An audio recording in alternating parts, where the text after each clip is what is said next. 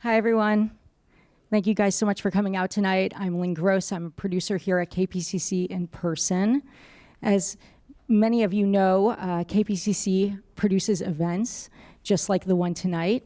On Wednesday, we have an event with Cristela Alonso. She'll be chatting with The Frame's John Horn and also doing a stand-up set. The rumor has it that we still have some tickets available, so just a few. So if you're interested in learning more about that event or any of our other events, please feel free to go to kpcc.org/in-person. We are also live streaming tonight, so we ask that you do not audio or video record. Feel free to take pictures. We just ask that you turn off your flash and silence your phone.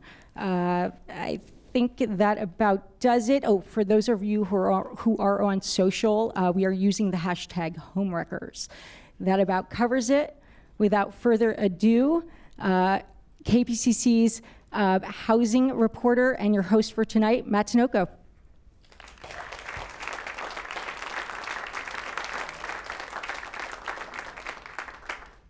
Hi, everybody.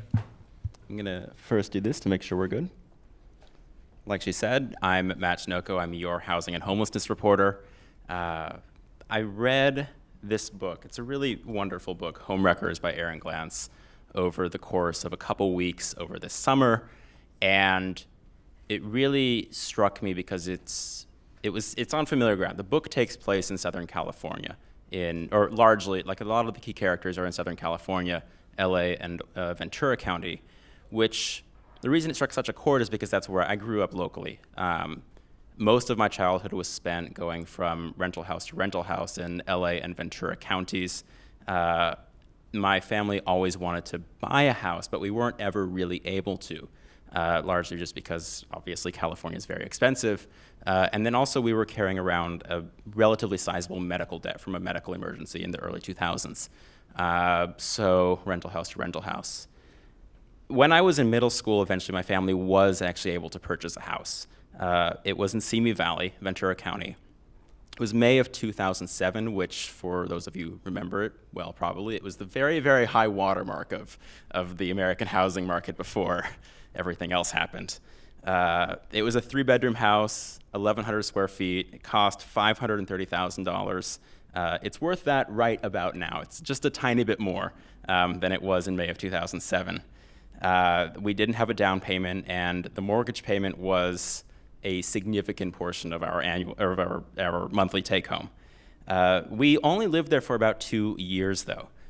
It was not a foreclosure, but in a sense, though, it was because we kind of got lucky in a weird. It's not a great way to say it, though, because it was late 2008. My grandfather passed.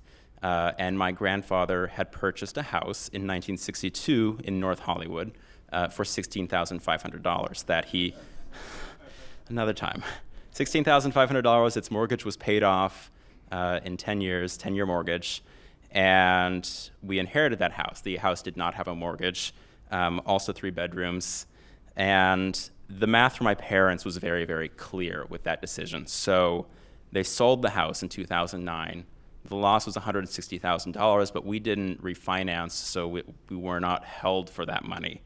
And moved to the North Hollywood house. It had no mortgage. The property taxes were assessed like it was the 70s, and that was our luck. It was our escape route. The reality is, though, that while we were very lucky, the vast majority of people who were in that sort of situation did not have that escape route. And the consequences were much like we were okay, but that is not the standard story. It's sort of perverse that it takes an inheritance to get ahead, but I mean, we were thankful for that. It wasn't the case for a lot of other people. Glantz's book, Homewreckers, is a look at some of those other folks who were not as lucky, but also what happened in the wake of the foreclosure crisis, as well as how many of those people, some of them who are here and you're going to hear from, were able to sort of fight back against the injustice of what happened during our foreclosure crisis. And as you'll hear, the really hard thing about doing that is just that the system that we have, our mortgage, our finance system, is really incomprehensible to those of us who do not have the time and the training and the expertise to really navigate it. Lucky for us, we have somebody here, we have a couple people here actually, but you're going to hear from one of them specifically who have that expertise. We have with us the Peabody Award-winning journalist whose reporting has kicked off more than a dozen congressional hearings. And he's also written this really compelling new book, Homewreckers, which introduces us to a cast of characters who crashed the American dream, made a whole bunch of money off of it, and are now in charge of our country. Yeah, let's give it up, everybody, for Mr. Aaron Glantz.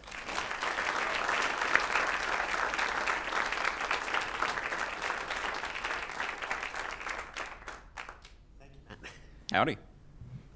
I'll push this over here. Hello. Hi. How does that sound? Sounds good to me if it sounds good to everyone else here. Does it sound good? I've never done a live event before, so we're just playing it by ear. But Homewreckers, how did we get here? Tell me. I think the first thing that I want to do, just as a kind of refresher, is a refresher just on what the foreclosure crisis was. And I was hoping you have a couple of slides. We can start this before, because it's obviously there's a lot that goes into this, but we're going to kind of start there. Just like, what was the foreclosure crisis? How did it happen? Yeah, this is stuff that I know you know, but help me out. How did we? This is what happened during, but also in the lead up to. What was going on here? Well, I mean, I think by this point, most people are familiar with the fact that we were in a housing bubble, and there was a lot of really ridiculous lending going on, and we can all pass judgment of whose fault that was. But, I see here on the slide that's up, in July 2008, banks began to fail. And the very first bank to fail in a big way was just up the road here in Pasadena. It was IndyMac Bank. And this was a bank that had it had pioneered this kind of loan called the Ninja Loan, which stood for no income, no job, no assets, no problem. They would give you a loan. And that was all good because the salesman would tell you that it's okay, you can just refinance because real estate will always go up.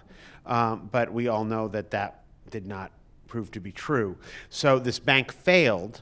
And some of you may remember that there were lines around the block and there were local TV news crews doing stand-ups, and it was just a catastrophe. And then the government intervened and bailed out the banks, right? And, Homewreckers kind of starts there with Steve Mnuchin, our current Treasury Secretary, buying that bank, IndyMac Bank, off the government for $0. And then we subsidized him and his ownership group, which included John Paulson and George Soros and Michael Dell, the founder of Dell Computer. The agreement that we made, not only was he able to buy this bank off the government for nothing, we also agreed that if he were to lose money by foreclosing on people, then the government would pick up to 90% of his losses. And in the book, I document how we paid his group over $1 billion in payments after he bought it off us for $0. And I see the slide shows that there was part of the reason for this epidemic foreclosures was not only were people given loans that based on minimal documentation, but also people of color were targeted for especially predatory loans.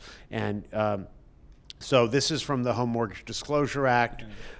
Is a fact that's in the book that if you looked at the interest rates people were charged, people of color were charged much higher interest rates, which meant that when they were trying to stay in their home when it was underwater, it was a lot harder.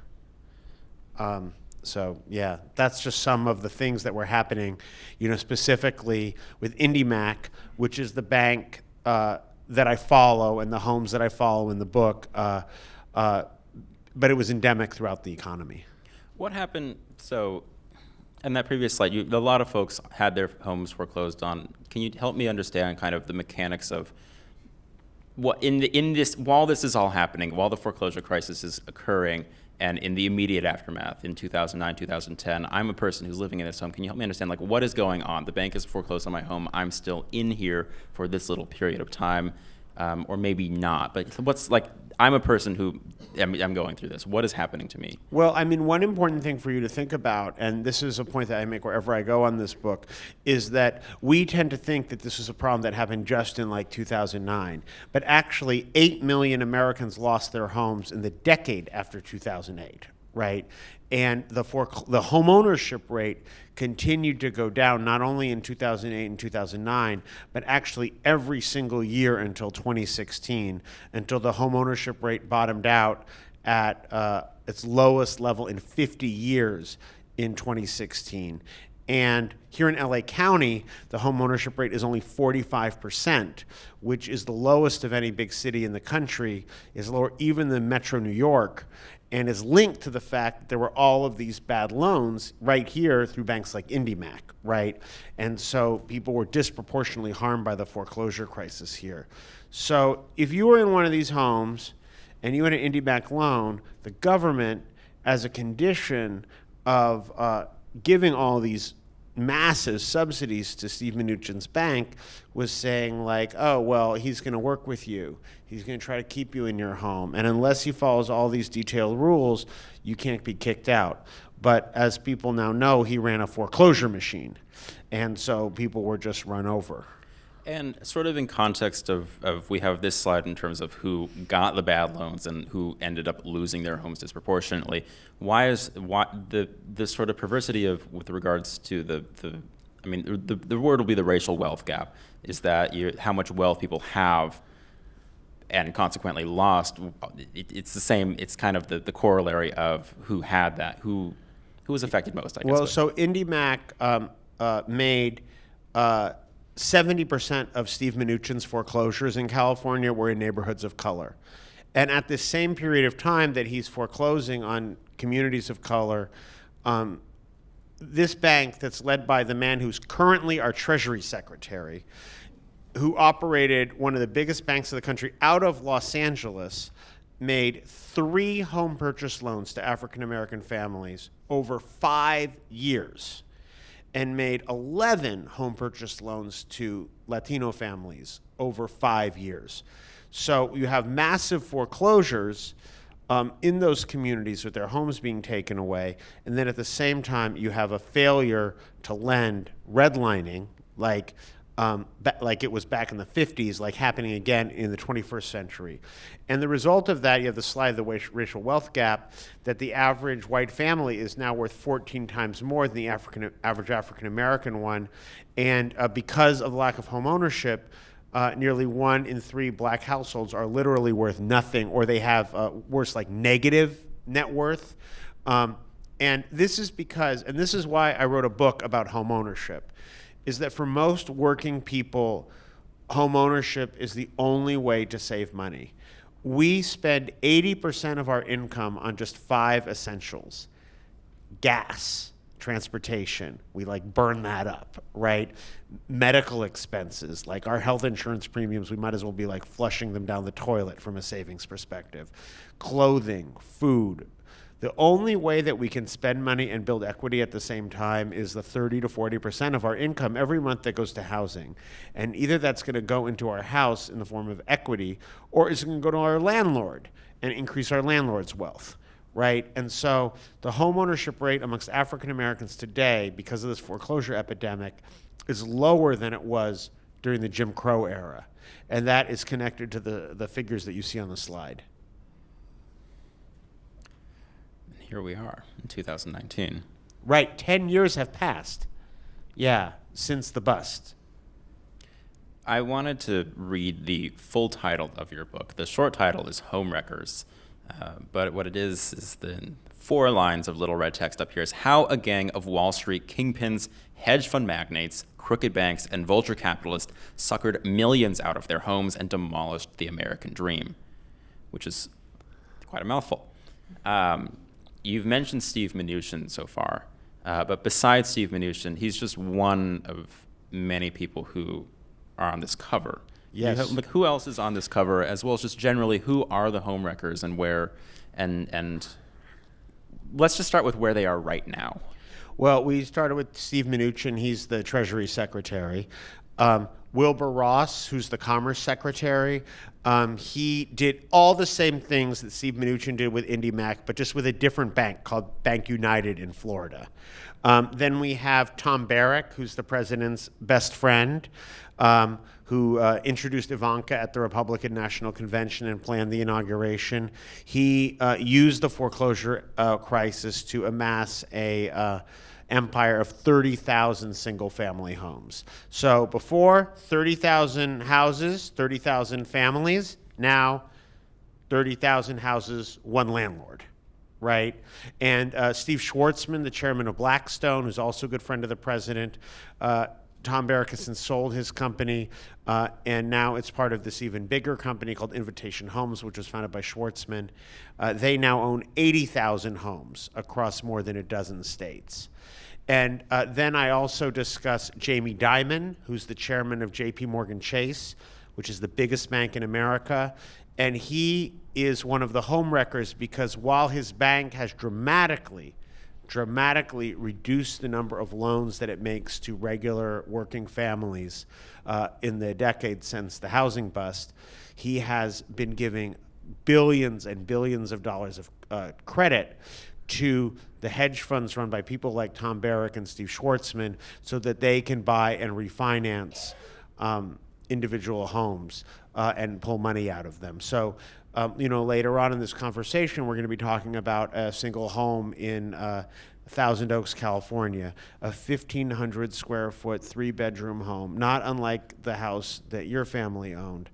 And, if you go to the deed of most houses, like you go to the deed of my house in San Francisco, and I'm paying off a mortgage, you will find a loan that is a small percentage of the value of the home because I'm trying my best to pay it off. Maybe you might find a $20,000 home equity loan that somebody took out to remodel their kitchen or fix their roof. Well, if you go to the property record on this home in Thousand Oaks, this 1,500 square feet, you will see a $960 million lien. And that is because this home has been bundled together with 3,000 other homes owned by these hedge fund owners, and they've taken out one big loan, and all the tenants that are living in all of these homes are paying back this billion-dollar loan. And that loan has been put in the pockets of those hedge fund guys, and the tenants are paying it off with increasingly higher rents. And so Chase is in there, Jamie Dimon, because they're financing all of this. And then finally, the last person, who sometimes I don't mention, but Joseph Otting, he has this kind of obscure job right now, but it's super important in the Trump administration. He's the comptroller of the currency. This means he's like the guy in charge of regulating and policing all national banks in America. He was Steve Mnuchin's top deputy at One West Bank, foreclosing on people and not making loans to people of color. So they are the Wall Street kingpins, hedge fund magnates, crooked banks, vulture capitalists who suckered millions out of their homes and are demolishing the American dream. And they're all friends of the president. This was all happening, though, before Donald Trump. It happened in the wake of the Bush administration. This is under the Obama administration. Right. Can you help me understand, what happened, when the government took, these were houses that were in theory, is it fair for me to characterize it and say that they were owned by the government at a certain point? Some of them were. I mean, not all of them, but the government was involved in all of this. So this is a story about how President Obama, during the Obama years, he did not protect us from these vultures. And then, as a result of that, the homeownership rate in America went down every year during the Obama presidency. Every single year during the Obama presidency, the homeownership rate went down. Then, in 2016, there's this populist running for president named Donald Trump. He's telling us that even though the unemployment rate is low, even though the Dow Jones Industrial Average is high, even though the economy is still going great, that we are screwed and that the Obama administration has betrayed us, right? And that he's able to mount this populist campaign, preying on people's unease, right? And by the way, Bernie Sanders is doing the same thing on the left, right? So this is what got me started on this whole book. I'm sitting there in 2016 observing that 75% of the American electorate either likes Donald Trump or Bernie Sanders, who are insurgent, anti-establishment candidates at a time when the economy is supposedly going great. And so that was what I was like, well, 8 million homes were foreclosed on during the Great Recession. Like, they didn't just disappear, right? So what happened to them? Who ended up with them? And then that led me to these homewreckers. And then, while I was doing this research, they all ended up in power in the Trump administration. During that sort of window after the crisis when the government is getting particularly involved in this, the key was to minimize the government's loss in this whole thing. Maybe that's not necessary. If you ask some people, that was the goal. Like, I mean, I sat down with Sheila Bair, who was the head of the FDIC at the time, and she sold the bank to Steve Mnuchin for $0 and then subsidized him as he foreclosed on more than 100,000 families, including 23,000 seniors. And that is exactly what she said. She said, if we hadn't done this, the situation would have been even worse. But there were people making alternative suggestions. There were like other options besides like giving everything to Steve Mnuchin and Wilbur Ross and people like that, right? And we don't just know this with 2020 hindsight. We know it because there were people who were bringing this up at the time. And these people were not all like sword and barricades leftists. We're talking about former members of the Federal Reserve Board of Governors, former senior advisors to President Reagan, members of the Conservative American Enterprise Institute. They all went to people like Chuck Schumer and Nancy Pelosi, and they said, let me share an idea with you. During the Great Depression, which was far worse than this, President Roosevelt started a government-run bank. And this government-run bank refinanced 1 out of every 5 mortgages in urban America, saved 1 million homes. Then when homes did have to be foreclosed on, because it still happened, the government held on to them and found other families to buy them and then financed those families. And this bank made money for the taxpayers. So I've been talking about how we just shoveled money at people like Steve Mnuchin to save the day, but they were pointing out back in 2008 that this other system that we tried in a much worse crisis turned a profit by helping the American people. Because guess what? The American people, given a non-predatory loan, like paid their loans back with interest, right? And then, by the way, after the Great Depression ended, there was the GI Bill. And the GI Bill helped 4 million American veterans buy homes. And it broke even because the veterans paid it back. So this was all being pointed out. And I think the thing that was so infuriating to me was I was asking these people when I was interviewing them for the book, I was like, okay, tell me about the big lobbying campaign against this and like how they killed it off. And what they said was actually it never got that far. Like Schumer and Pelosi and Tim Geithner, they just like laughed us out of the room. Why? Because they're just like, oh, it's like, it was too... They're like, oh, we have to stabilize Wall Street. Like, somebody had to take a loss, right? The economy was in crisis. So during the Great Depression, Roosevelt said the bankers who created this crisis with all that speculation that led to the stock market crash, let's put the cost on them, let's save the American family, right? And then under Obama and Bush, because it started under Bush, but there was Democratic control of both houses of Congress, that they said, like, let's save the banks. And so, I mean, this is something that's like not really breaking news, but it is important to understand when you ask the question, why did the homeownership rate continue to decline? Why do a minority of people in LA County own their homes now? And why is it the homewreckers were able to get so much profit off of this system? It's because the game was rigged in their favor. When it comes to how the homes were actually purchased, because it's not like Tom Barrack's going around just buying the houses himself. Can you help me understand the sort of mechanism by which these homes, like distinct because it wasn't just the government, the banks being handed, like it wasn't just that. There were more things involved as these homes got absorbed into how we have these massive holding companies that now hold so much property. Like, can you help me understand, like, how did that, like, the mechanics of that movement Well, there? many of the houses were bought at auctions where they showed up with cash, right? And including this house in Thousand Oaks that I was talking about. It was auctioned off, and a company representative from Tom Barrack's company showed up at the auction with like a little Bluetooth headset and a computer terminal and a folding desk and outbid the other people who might have wanted to buy it. That happened a lot all over America. But also the government helped. And, you mentioned earlier, like, did we own these homes? Well, we did end up owning quite a few homes. The taxpayers were backing up these mortgages.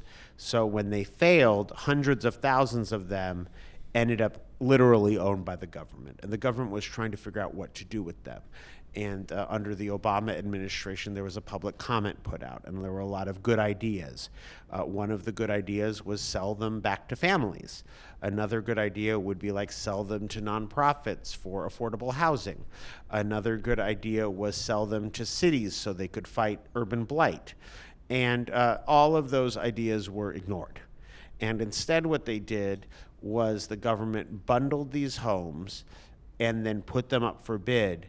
So some of the very first homes that Tom Barrack bought was 1,000 homes across Los Angeles, Las Vegas, and Phoenix that he bought in one day off the government.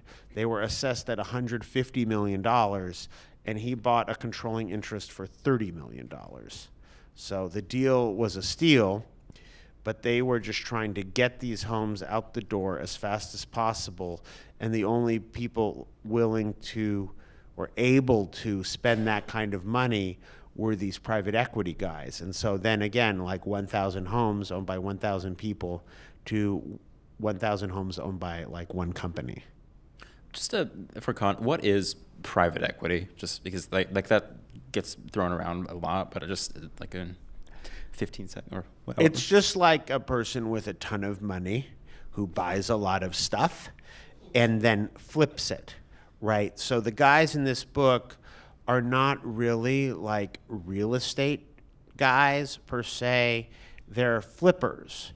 Right. So, for example, Tom Barrack, he bought up 30,000 homes. Then I was talking about these mortgage-backed securities. So he'd like borrow heavily against them and then sell out. So he gets his start during the S&L crisis doing the exact same thing, where there's all of this real estate that the savings and loans in the late 80s and early 90s are trying to get rid of, and the government is trying to liquidate it. And he's going to borrow a lot of money to buy these homes for pennies on the dollar and then like sell them later for a ton of money, right? And that's why like some people will call them private equity, but like I have the word vulture capitalist, right, on the cover of my book, because that would be another way to describe them. They seem to own everything at this point. They do. I mean, they are the reason that Toys R Us went bankrupt. Steve Mnuchin was on the board of Sears for 10 years, which is controlled by his college roommate, Eddie Lampert. They both went to Yale. And so they ran the college newspaper together, and then when Eddie Lampert had his own hedge fund, and then he bought Sears. And if you're wondering why Sears is doing so poorly, it's because what he's been doing is he has been selling the real estate underneath Sears off to another business that he also controls, and basically looting the company of all its most valuable assets while not putting any actual merchandise on the floor, so that nobody here would ever think to go into Sears now, right? Well, Steve Mnuchin was on the board of this company for 10 years while all this was happening. And so it doesn't really matter to them if it's like Sears department store or your house. They're going to approach it in the same way. You've mentioned a home in Thousand Oaks a couple times. It was inhabited. The main character, the book tells the story of a woman named Sandy Jolly, who inherited this home after. I'm going to let you tell me this. What is this house in Thousand Oaks? How does it figure into this? How does this one little parcel of land, not that far from here, fit into this entire thing? Well, I should say that all of this is very complicated and kind of boring in a certain way because it involves money, and money can be kind of hard to dramatize in a story. Um, but then I was on the phone one day with this woman, Sandy Jolly, who had won a $89 million whistleblower settlement against Steve Mnuchin's bank, which was news. And so I was covering it. It was kind of exciting. But she wasn't the typical insider. Like at first when I heard that she was a whistleblower, I figured she must have worked for the bank. But she was actually this homeowner whose parents had been sold a predatory reverse mortgage before the bust and fought so hard against this bank that even after Steve Mnuchin's bank foreclosed on her, she continued to fight until she started to hear from lots of other families and became a federal whistleblower on the bank for bilking the taxpayers. So I'm sitting in my office in the Bay Area talking to her on the computer. I'm talking to her on the phone. I said, by the way, what's the address of the house? And she gives me the address in Thousand Oaks, and it's this like 3-bedroom house with a small patch of lawn and a lemon tree out front. And the first thing I notice is that it has a $514 million lien against it. And then I'm like, this sounds an awful lot like the houses that I've been researching. And sure enough, this one house had been foreclosed on by Steve Mnuchin's bank and then sold to Tom Barrack's company and then wrapped into a mortgage-backed security and then offloaded to Blackstone. And the woman who had fought for this house became a federal whistleblower.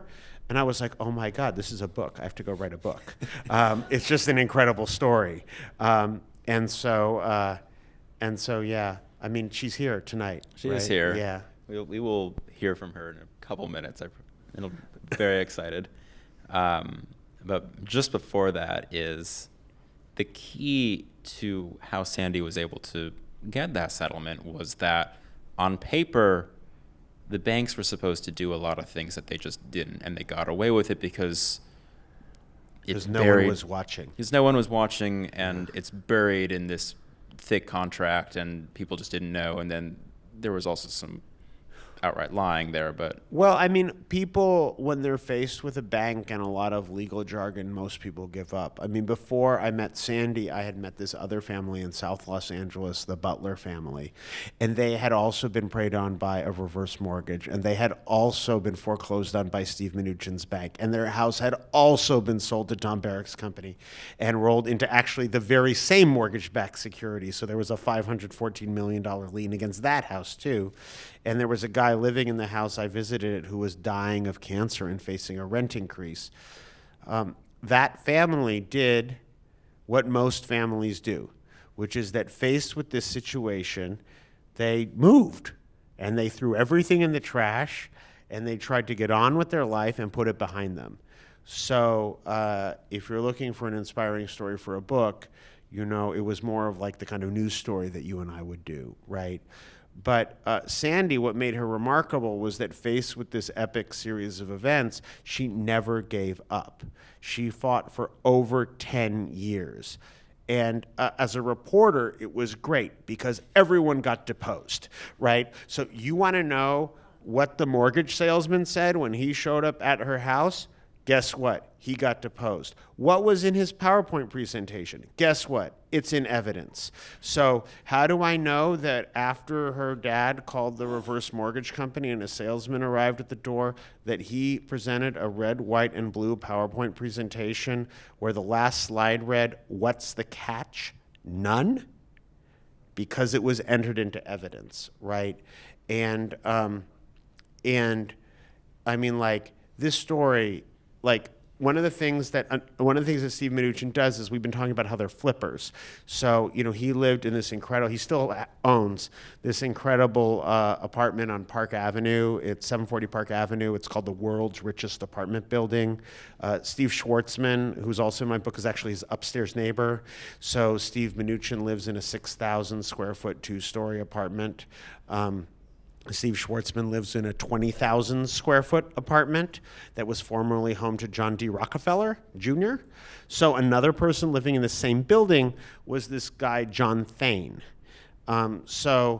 Some of you may remember John Thane. He's the guy who, during the economic collapse in 2008, spent his federal bailout money remodeling his office, including a $35,000 toilet with legs, and also gave himself and his fellow executives at Merrill Lynch big bonuses. So he was living in the penthouse in this building at 740 Park Avenue. And of course, these Wall Street guys always land on their feet. So by 2014, when Mnuchin was trying to sell this bank for this bank that he bought us for nothing, he was selling it to his upstairs neighbor for $3.4 billion. And we would never get paid back all of those subsidies that we gave him. They were just lost forever, right? So there was no requirement that like, hey, now you're cashing in, now you have to pay us back some of that money. No, right? So who thought this was like a bad idea was Sandy Jolly, like the woman who was fighting for 10 years for her own family's house. And so she actually went. There was a hearing of the Federal Reserve Board here in Los Angeles about this merger, and she shows up. She was like this woman who, through this whole period that began in 2005 with the bubble and the predatory lending until today when Donald Trump is the president, and in the middle where President Obama was making all those decisions that we were talking about, she was in the center of everything. And so it just made for a great story. And it's besides the story in here, it's also an episode of Reveal, which is, Aaron has a podcast, radio show, Reveal. Yes, okay, just making sure. Some people know, some people don't. You can find it wherever you can find podcasts, and it was the most recent, or should still be the most recent episode.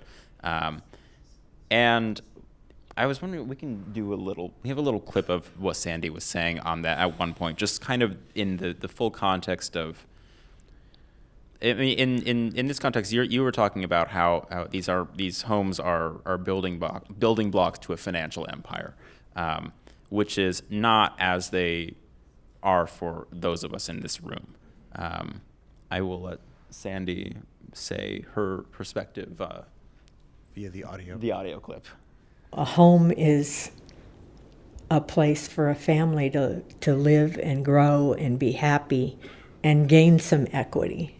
It's not a place to enrich yourself, your personal self, without never seeing what it is.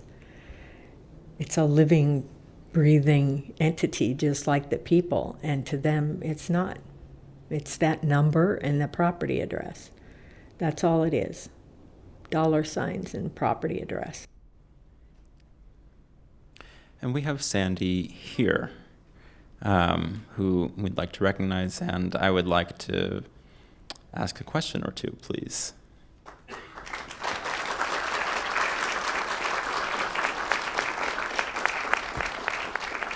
Thank you for coming. Thank you so much for having me tonight. The thing that stands out is just that you kept going in the face of a massive thing that is seemingly unaccountable, facing people who just seem to continue gaining power along the way. Everybody else fell away. You won a settlement. How did you find the resolve to just keep going? Were there points where you thought you couldn't keep going, and then why didn't you? There were a lot of points when I thought I couldn't keep going. But, for me, it always came back to my parents being sold this product while they were sick and dying. And a reverse mortgage was intended to be for senior citizens, to provide them an income and financial security through their lifetime. But it doesn't work like that. Nobody enforces those protections that exist. And that's what kept me going. I didn't want other people to suffer the same thing that we suffered all those years. So I kept learning. And one of the biggest lessons I learned was that always, whatever challenge comes your way, figure out what your options are. So you're still in charge of the outcome. You're making the decision. You've done that by helping a lot of other folks through this. How many people, well, first, tell everybody here what you do to win that settlement, because it wasn't just for you, it's you and a lot of other people. How not how. How many people how do you help people? Is it's like you started doing this, people started calling you, you're like, oh, well, here's what I know. And that's kind of cohesed into an actual, it's what you do now. How many people have you helped, I guess? I really couldn't count. Probably thousands and thousands. I help people in a variety of ways. I have a self-help website where they can go and see if they can help themselves. If they can't, I will advise them on what their rights and options are through the process. And if it's very complicated and I know I can resolve it for them with a positive outcome, I may take them on as a client. I do very few of those. And last question, although we're all listening here. For those of us who are just us, we don't have the billions, we don't have the political connections. As you kind of stare up at this whole thing, variation of the first question, but looking forward from where we are right now at this particular political moment in American history, given everything that's sort of at stake and hanging in the balance here, what do you think we should be thinking about? Like, what should we be thinking about, and how should we behave at this time? Well, I consider myself a warrior, and I invite everybody else to be a warrior too. Fight. Don't stop. We need systemic change to programs that benefit consumers in every area of life, not just reverse mortgages. And that's what I fight for. Consumer rights in every area of life. So everyone join in and do that for all of us too. Is there anything?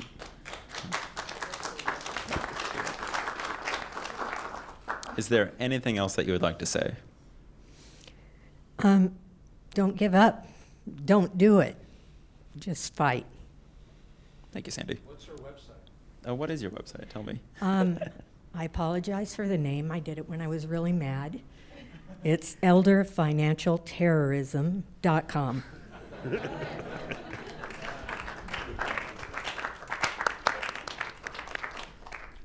Thank you, Sandy.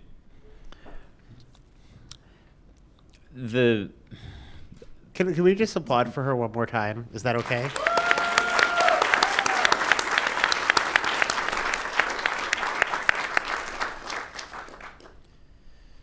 Where are we right now in dealing with this? Do we have congressional hearings going at this time to figure out how to reverse the decline in American homeownership and remove it from, reverse the consolidation? You know, we're in a really polarized moment in our country right now, right?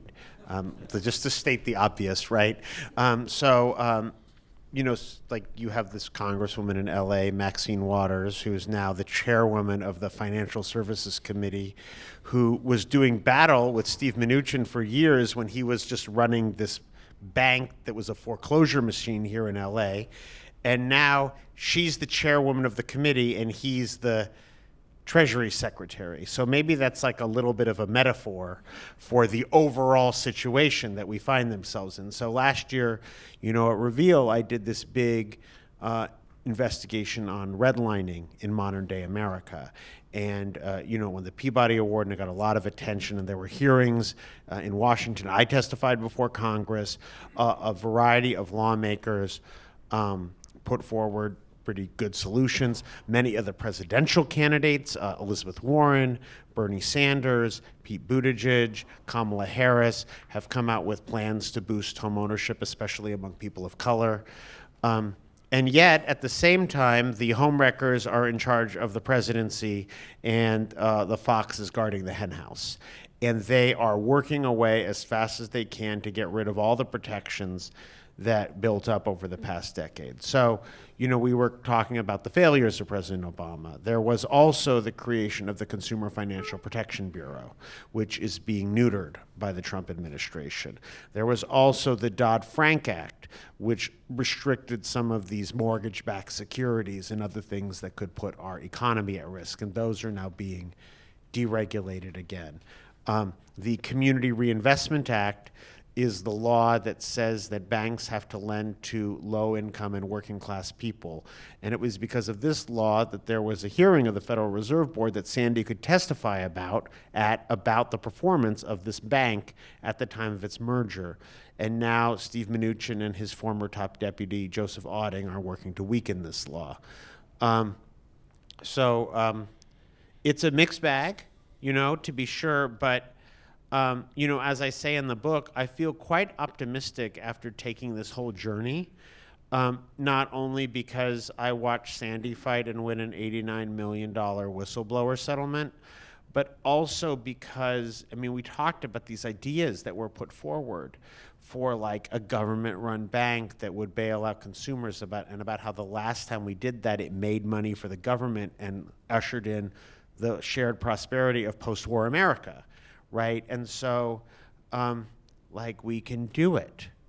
We totally can. The only problem with the Homeowners Loan Corporation, the GI Bill, is they were administered in the most racist fashion humanly possible. So all we have to do is do the same thing and just not be racist about it, and make opportunity available for all. And, and from the Democratic presidential candidates, many of them have plans that specifically are designed to remedy that with down payment assistance in formerly red line neighborhoods and things like this. So it's I guess the thing that is frustrating me in this moment is not only the homewreckers, they're kind of naturally frustrating, but the other frustration is with the media. I'm glad that KPCC is putting this forum together.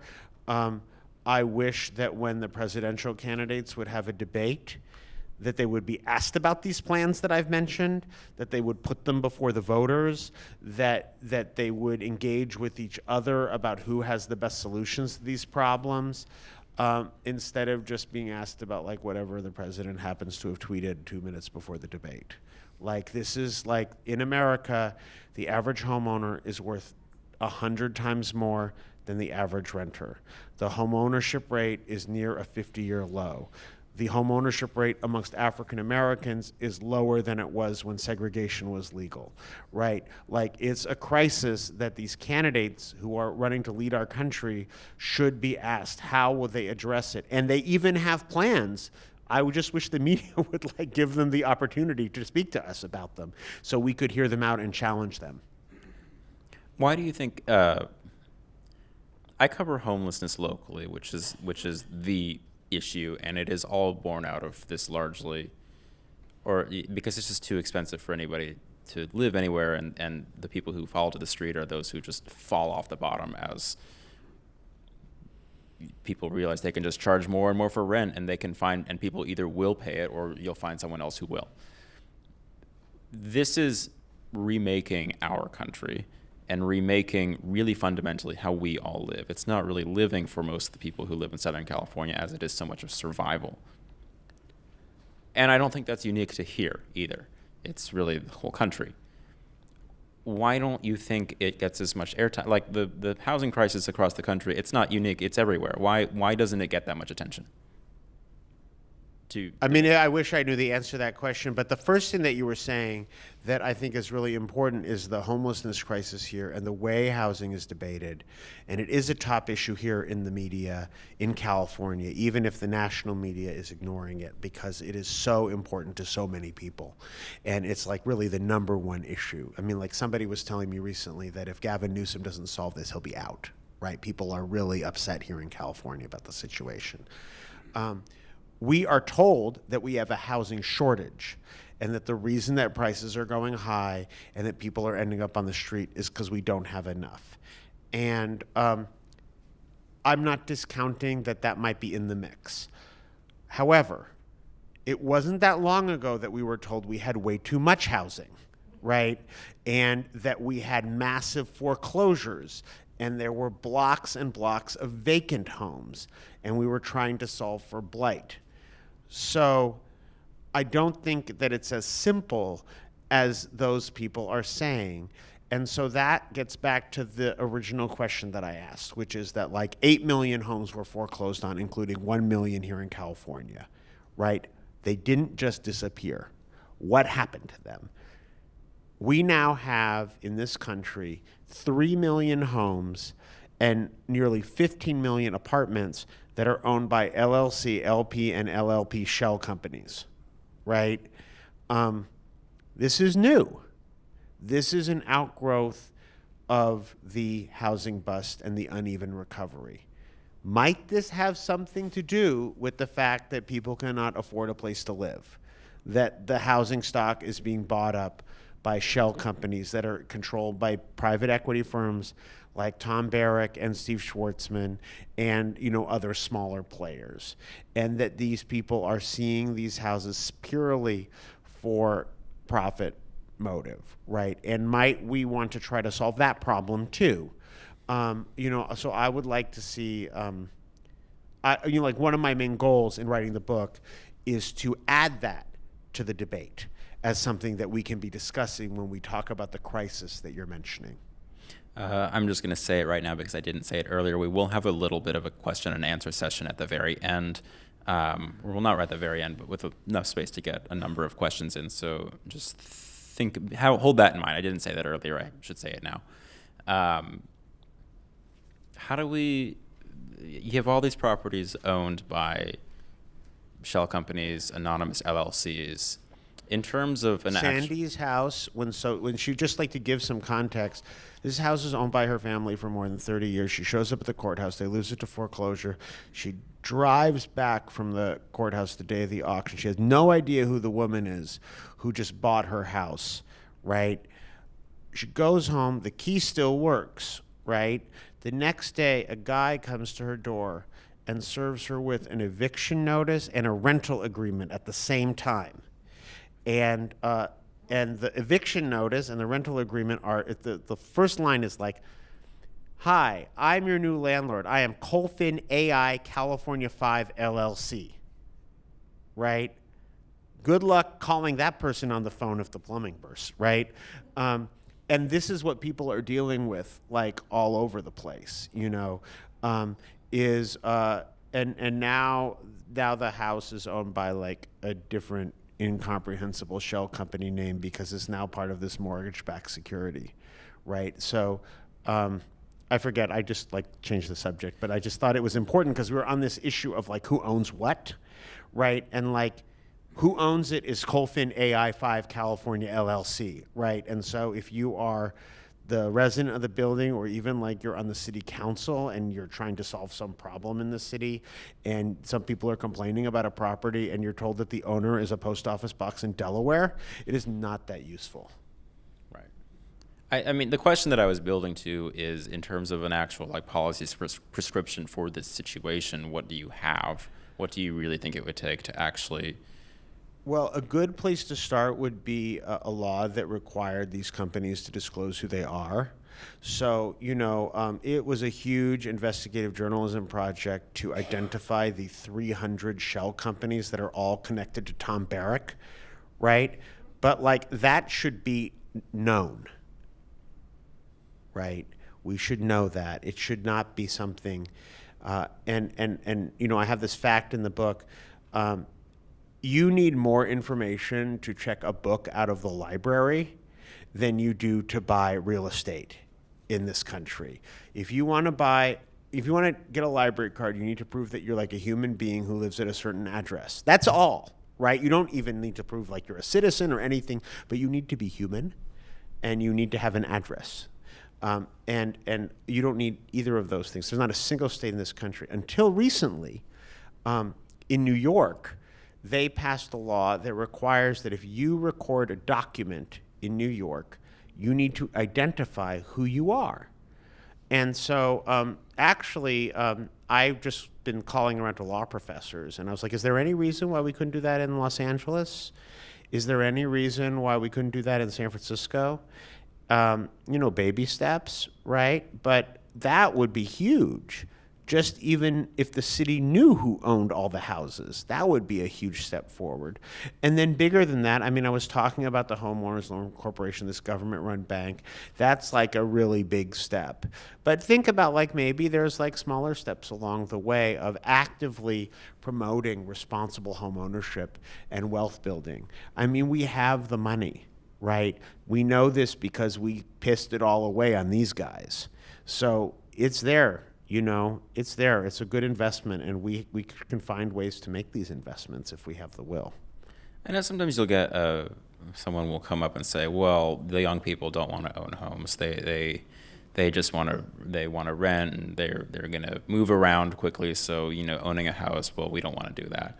What do you like? And I think there is also a certain point where like home ownership and investing in a financial asset, like there is a realm of debate there for, I feel like, some people. But like, what do you make of the like, home ownership has historically been the way American families build wealth. We cannot do that now. We should like address the fact that we can't do it, right? Like, it's just baloney to say millennials don't want to buy homes. If people are like under crushing student debt, and like housing is expensive and financing is unavailable because the biggest bank in America is financing Tom Barrack and Steve Schwartzman instead of them, right? Then we have a problem. So if we create financial products that are available to hardworking people in their 20s and 30s, right, who make enough money to pay extremely high rent, but don't have the ability to get financing to buy a house where their mortgage payment would be exactly that same amount, so that they can save and have a future and, God forbid, ever retire, right? Like, and they still don't want to take advantage of those programs and the home ownership rate, and that, then they're like making a choice. But right now the system is rigged to not give them that choice. So it would be a good controlled experiment to see what would happen if we actually gave people opportunity, and if they still didn't take it, then we would know that they didn't want it. What are you watching, having reported this out and really stared into this whole thing? This has been sort of a depressing conversation. Do you have optimism in terms of... No, I told you that I'm not sad because of all these great options that we have, and that many of these options have already been brought up at various times by eminently respectable people, and even some of our candidates for president are talking about it. So I feel good, right? It's like it's always darkest before the light, right? I feel like we're in a good place even faced with this horrible situation, right? We're not out of ideas. That would make me depressed, right? We have options. And we have options at the local and state level, even if Washington is dysfunctional. So what am I watching? Well, first of all, I'm watching these guys, right? Like, I'm watching what they're doing. Like, it's really important, right? Just like on Friday of last week, the comment period closed on a new plan to gut the Fair Housing Act so that you would be able to you could defend yourself against a claim of racial discrimination in housing by saying it wasn't you that did it, it was the computer algorithm. This has been Carson's, yeah, exactly, right? There's no stone of yuckiness that they won't like unturn. So, I mean, like, this is the jargon for this. This is all one of the reasons that this doesn't get covered enough. What is the Fair Housing Act? So until 1968, it was legal to discriminate against people because of their race in this country when it came to buying or renting a home. And this was made illegal in 1968 after the assassination of Martin Luther King, because Lyndon Johnson was able to convince Congress that if they didn't pass this anti-discrimination law, then the cities would riot. And he had been trying to get this law signed for years, and it took the assassination of Dr. King to make it finally happen. So that says that you can't discriminate in housing. But usually, it's been a challenge to enforce this, because usually people don't say, well, I don't sell you this house because you're black, right? Like, people don't talk like that. How do you prove discrimination? So over many years, this standard has developed called disparate impact. It says that if you look at a whole bunch of data, and the data shows that a bank, for example, is treating people of color differently, even when they make the same amount of money, take out the same size loan, and try to buy in the same neighborhood, that's discrimination. It doesn't matter if there's no smoking gun memo, right? So at Reveal, we did this story last year, myself and my colleague Emmanuel Martinez. We analyzed 31 million mortgage records. We found 61 cities across the country where people were more likely to be denied for a loan, even when they fit the same financial profile as whites. 6 state attorney generals have launched investigations, because this is the way that we have developed a system for enforcing our civil rights laws. Ben Carson has this other idea. His idea is that if you use an algorithm and the algorithm results in this disparate impact, then it's really nobody's fault. And so, needless to say, civil rights groups were really pissed off. They launched this big drive to make public comments, and the public comment period just closed on Friday. So you asked me what I'm watching, right? Like that would be an example of something that I'm watching, right? You got to keep. I'm watching their gutting of the Community Reinvestment Act. I'm trying to figure out what these changes in the tax code that benefit LLC shell companies, like what's going to be the impact of that. Steve Mnuchin has just come with this great idea to privatize Fannie Mae and Freddie Mac, the two government-run mortgage giants that underwrite like 80% of loans, and just say that like Wall Street can handle it. So I think watching that is probably a good idea. What else? So many things. They're doing so many things. But like I said, I'm optimistic. Well, because we should applaud a little bit there. Yeah. But no, and it's not without reason, right? Like it's like the fight of freedom. What's it? The cost of freedom is eternal vigilance, right? You got to pay attention, but it doesn't mean that we're screwed. Yeah. I mean, the thought is because people are paying attention to this. Like, just again, like on homelessness, it's the end product of all the inequality and inequity in America, and everybody can't ignore it in the same way. Like everybody feels this, and that's kind of where I'm like, everybody is finally beginning to like, not everybody. I mean, I'm royal everybody, but a significant but people seem to get it. People are upset about homelessness in a way because it's so visceral, and this is a little bit more complicated because you're talking about the loss of your wealth. It's silent. If you're like Sandy, after the foreclosure, she continued to live in the same house for 18 months. It was just that it wasn't hers anymore, and she was paying rent to Tom Barrack's company.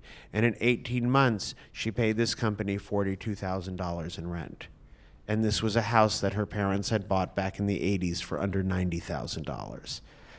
That is quiet, right? It's that quiet sensation of writing an increasing rent check to your landlord and being upset because you have no money in the bank. And you want to save, but you can't because you're losing everything by paying it to your landlord. It's not as visceral as literally tripping over someone on the street, but it affects a lot more people. You know, you're talking about millions and millions of people who are going through this reality, and people understand that. And getting back to what I was saying, what launched me into this whole investigation, watching the populist campaign of Donald Trump being so successful, watching Bernie Sanders harnessing anger on the left back in 2016, thinking about why people were so angry when the unemployment rate was low and the Dow Jones Industrial Average was high. It's because people feel insecure, right? And if they own their home, they wouldn't feel insecure.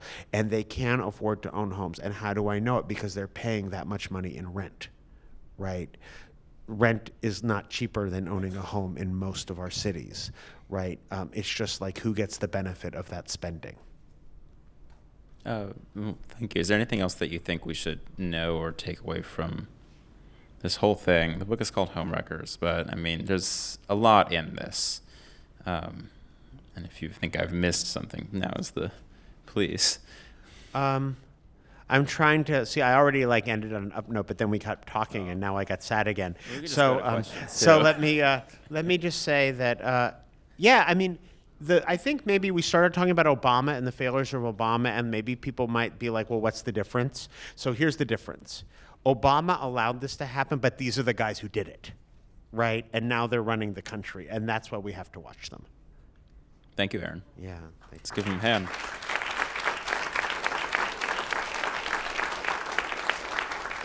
We are getting ready for questions.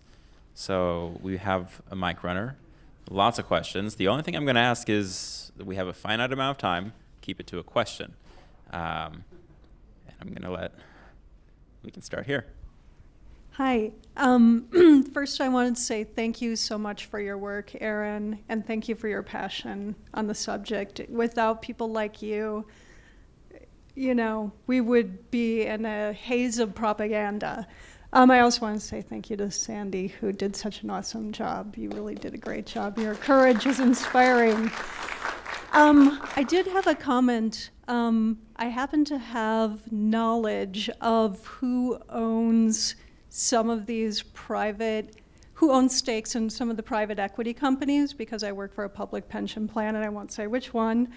But I think it's interesting that public pension plans are probably a major owner of a lot of these private equity firms that invest in these companies because they need to earn a certain amount of return for their members. So it's almost like we're stuck in this vicious circle where the people who are being taken advantage of in terms of having these higher and higher rent increases are actually the ones who belong to these public pension plans and need these returns in order to get whatever little retirement they have coming to them. Well, first, talk to me afterwards about your pension fund. But second of all, you are right, and this is really important because of the creation of these mortgage-backed securities that I was talking about. So I was talking about how these people like Tom Barrack and Steve Schwartzman and Steve Mnuchin are flippers, right?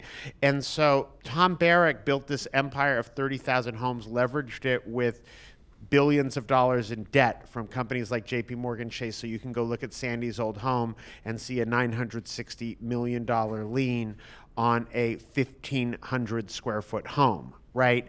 Now, Barrack is long gone from this. Like, he's on to other businesses, whispering the president's ear about Saudi Arabia or whatever, right?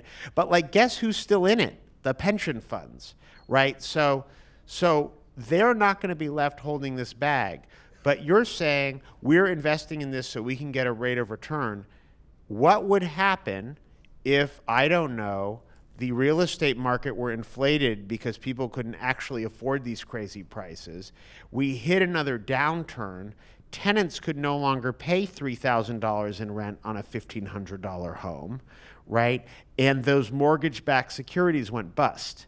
You know who would be stuck with that would be your pension fund. And so that's something we should all be concerned about.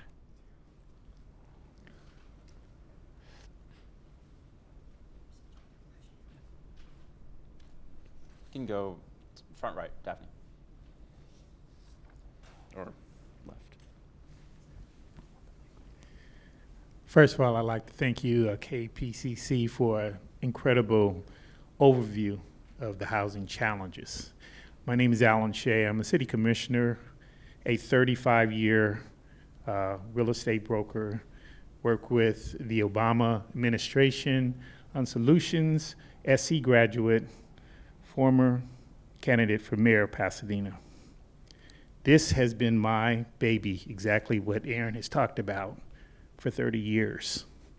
And the real essence of what I got out of what Aaron has shared with us is it is a cycle, but the cycle actually started back when they allowed this to become a security-backed instrument, more so than anything else, because once the market found out how to make money off of it, they just threw it to the wolves after that and said, we'll give you the leftovers.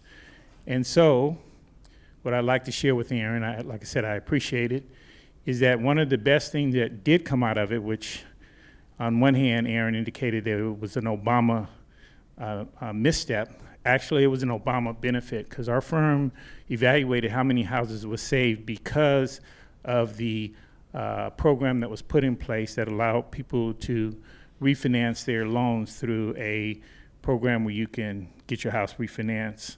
And it saved a lot of homes.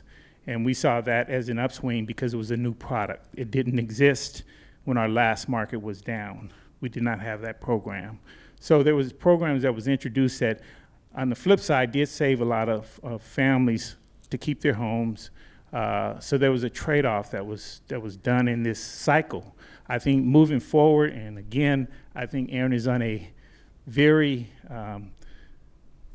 straight plan, is now we have to be able to develop some kind of exchange in the future because we will have another bubble. We will have it. And if we don't have something in place, It's going to be worse because we see how the homeless is going to be impacted. It's going to impact even more people if we see it again. Thank you. What do you think? Yeah, I can respond to that. Well, I mean, on the mortgage modification programs that the Obama administration launched, yes, they did exist. Yes, they also really frustrated a lot of people and were mostly inaccessible. Basically, what we did was we gave a ton of money to the banks, and then we told them that there was this voluntary mortgage modification program that they could follow, and we encouraged them very much to follow it. And so some people did get help, quite a few people did get help, but also many, many people got infuriated and lost their homes, and it didn't need to be that way. Yeah,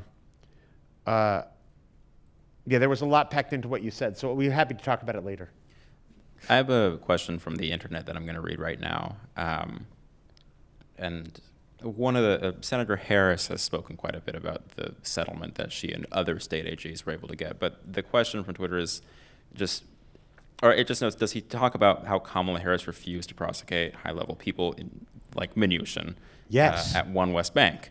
And could you share, well, help me a little, we didn't talk about this earlier, but can you help me out here, like what Yes, Kamala what Harris. happened here? Yeah, so Kamala Harris was our Attorney General here in California during most of this time, and she rose to national prominence through a speech at the Democratic National Convention in 2012, where she talked about this gigantic mortgage settlement that she had made with the big banks. And this was a settlement with a huge dollar figure attached to it, with billions of dollars that the banks agreed to give to consumers. But the devil was in the details, and when you really got into the details, consumers were not really helped. I'll give you a couple for examples. For example, they could claim to give relief to consumers through a short sale. So this was in exchange for their illegal activities. They would let you sell your house for less than the loan value and then basically report that they had given you the money, which I guess is good, but you still have no house, right? Or they could claim credit for something called deed in lieu of foreclosure, which is instead of foreclosing on you, you give the deed of your house to the bank and they let you walk away, right? Again, you're left with no house, right? And so the banks were able to claim credit for helping consumers for these and other activities, which didn't leave people in a better position than they were in before. So then we ask ourselves, well, if this settlement was so great, why are people so frustrated? Why is the home ownership rate so low? It's because that people still lost their home, right? And then the listener asked specifically about Steve Mnuchin's bank. Yes, Kamala Harris made a big deal. I was at the press conference in San Francisco many years ago where she announced the creation of something called the Mortgage Fraud Strike Force. And she made a big deal out of it. And they went to work, and they produced a 25-page memo recommending that Steve Mnuchin be prosecuted. And she buried it.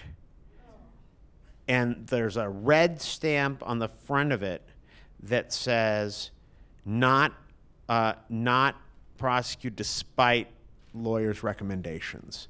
And she says now that the reason she didn't do it is this complicated legal reason about Steve Mnuchin's bank being a nationally chartered bank, and she didn't have, she said, legal authority to pursue this. But in their memo, her own attorneys say a couple of very important things. The first thing they say is that, remember how I was talking this whole time about the loss share agreement? This is where we paid him to foreclose on people. So that was all predicated on him doing these foreclosures honestly, right? So if he was being sued by the state of California, those federal payments to his bank probably would have ended. And he would have behaved very, very differently because his incentives would have been different. So her attorneys made that point. And her attorneys also made the point that there would have been a huge public interest value in just going to court and getting the information out in the open and having discovery where who knows what you find out when they're forced to open their books. And she just like shelved it. And the only reason we know about this today is because when Steve Mnuchin was nominated to be Treasury Secretary, someone in her office leaked this. That's the only reason we know. Questions? Let's go And questions, not full things here. Yeah, when I heard the story over the weekend, I don't know, and I'm not affected by this personally, but I feel like, there's a reason the French invented the guillotine. I'm not going to recommend that any of these individuals be executed. I will unapologetically. I have a question you may or may not be able to answer. When I'm frequently in South Central LA, and I see like signs tacked up on telephone poles that are like handwritten. We'll pay cash for your house. Is this something that's related to? Well, this is like the old kind of speculator, right? These guys that I'm writing about, they're like sitting in offices with like fancy computer terminals, right? But one of the things that I certainly wonder about and bears some investigation is those kind of smaller scam artists who are basically offering vulnerable people a small amount of money for their house so they can turn around and sell it. Are they now a conduit to these bigger guys? And I think that would be a good investigation for somebody like Matt to start on. There's a mix, actually. Yeah. Some of those signs are from just regular folks who are just, I'm somebody who I have some capital from my one house that I own, but it's like still a real person, and they are doing their house flipping. Not all of them are that, though. There are many that are some. I know of at least one that is an institutional investor that has put those signs up and watch the space. Yeah. But yes. It's good to investigate. Let's go. Yes, in a second. Let's go right here. Or behind the blue shirt, right? Sorry. Hi, I want to talk about a little bit about Questions. the ninja loans that you talked about. Isn't that where all the problems started? That people signed into loans that they did not understand and they could not afford, and they wanted bigger house that they could afford. All those things started from there. And as far as the house flipping is concerned, there are lots of legitimate people who flip houses. There's nothing wrong with going at an auction and outbidding your competition. I haven't done that, by the way. I just want to play devil's advocate. But what is wrong with that? The real problem is people's human greed. When you want to have, you don't want to state your income, you don't want to state your documents, but you want a loan, and these greedy banks took advantage of that. Isn't that where the problem is? You know, I'm not going to disagree with you. I'm just going to point out that all of that ended 10 years ago. And so this is the motivating factor for me writing this book, is I felt like people were still arguing about exactly the point that you made, that there are good arguments on both sides, but neither of those sides really get at why we are at a 50-year low in homeownership right now, and why the wealth gap between the top 0.1% and the other 90% is greater than it's been in 100 years, right? That is about what happened since then, right? And so I thought it was necessary for somebody to write a book about that. And in terms of flipping, I would just say the real issue is going from a society where you have 30,000 people owning their own home to a situation where you have one company owning all of those homes. And that has huge implications for everyone. So that's not like I own my house and I decide to buy a one-income property or two and provide housing. This is a real change of how property is held and owned in our country and financed, and we should really be paying attention to it. We'll do one more. Back right next to that. Yeah, hi. I live in Maxine Waters District around 2004, 2005. On the radio, I heard her say or advise people, buy a house, it'll never go down in value. In 2008, the Democrats the corporate version and the progressive version. They voted for the TARP to give, what, $1 trillion roughly to the banks. At the same time, the Federal Reserve, unknown to them, they were out of the loop, was lending something like $13 trillion to banks all over the world, you know, to bail out, for this bailout. So the Democrats, they don't understand economics. They don't understand what's going on. They don't have any clue. So but my final question is, what can be done to liberate these houses from these people so there'll be houses on the market and the prices go down and people can have their American dream again? Well, I don't think that we live in a country where we're going to have some kind of radical solution like coming in and with the guillotine and like killing them like that gentleman suggested, or even like seizing the houses by eminent domain. I think we have to think about like forward looking how we're going to be helping people build their own wealth, right? And what are we going to do affirmatively to give people opportunity? And like I said, there's a lot of options that are available. Thank you. Lack in the will. I hate to interrupt it. One thing you keep coming to the edge of is you're not talking about how do we get the politicians to have the will to protect us. You said Obama dropped the ball, Schumer's not doing it, Pelosi's not doing it.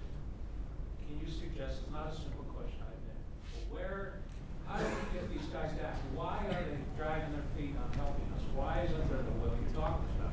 And you always stop at that. Well, I mean, I think that might be because I'm a journalist, so I'm going to leave that up to you all to come up with a great solution to that. Aaron will be here. You can talk to him. Yeah. I promise. I have to close this. I want to give Aaron a round of applause.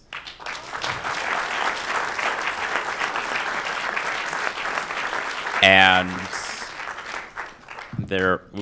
our book signing will be back in this corner. We will both be here also continuing to listen. But thank you, Aaron. Thank you, Matt. Good.